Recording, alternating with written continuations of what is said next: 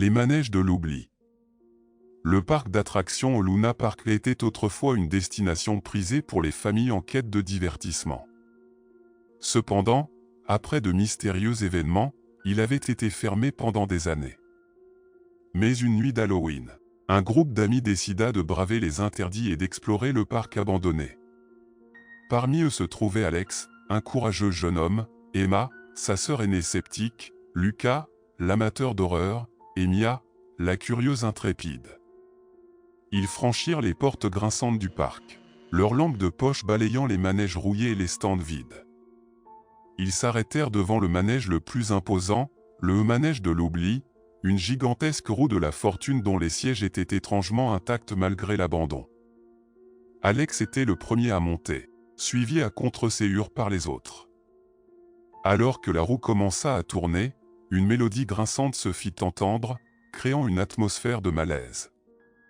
À chaque tour, les amis se rendirent compte que la vue qu'ils avaient du parc changeait. Les bâtiments en ruine étaient soudain restaurés, les lumières brillaient de nouveau, et des rires joyeux emplirent l'air. Bientôt, ils réalisèrent qu'ils avaient été transportés dans le passé, à une époque où le parc était en son apogée. Mais cette réalité en apparence idyllique était troublante. Les personnages costumés semblaient figés dans des sourires forcés, et les rires semblaient étrangement vides. Plus inquiétant encore, ils ne pouvaient pas quitter le manège. À chaque tour, ils revenaient au point de départ, pris dans une boucle sinistre. Alors que les tours se succédaient, les amis commencèrent à ressentir une étrange sensation de désorientation. Leurs souvenirs semblaient s'embrouiller, et des événements de leur propre passé semblaient se mêler à la réalité du parc. Ils commencèrent à douter de leur propre identité. Alex se souvint soudainement d'avoir perdu sa mère dans ce parc des années plus tôt, tandis qu'Emma se revit elle-même en train de se disputer avec son petit ami. Lucas était convaincu qu'il avait commis un acte atroce, et Mia était persuadée d'avoir été une voleuse notoire. La situation devenait de plus en plus chaotique.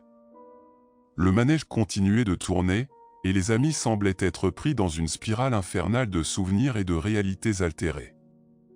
Leur perception de la vérité et de la fiction se brouillait, et ils luttaient pour comprendre ce qui était réel. Finalement, après un nombre indéfinissable de tours, les amis se rendirent compte que le manège était en train de les consumer.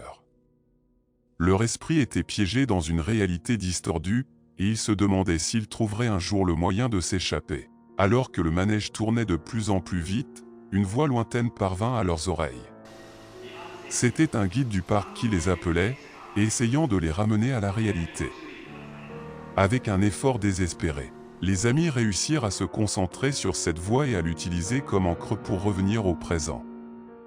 Ils reprirent conscience sur les sièges du manège, cette fois complètement immobiles. Le parc était plongé dans l'obscurité, et le guide était là pour les aider à sortir. Tremblants et désorientés, ils sortirent finalement du manège, conscients que leur aventure les avait presque engloutis dans une spirale de folie. Luna Park resterait à jamais associé à l'horreur dans leurs esprits, un lieu où les frontières entre le passé et le présent, entre la réalité et la fiction, s'étaient effondrées dans une expérience cauchemardesque.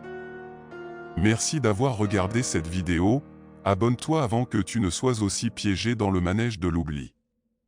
Bye bye.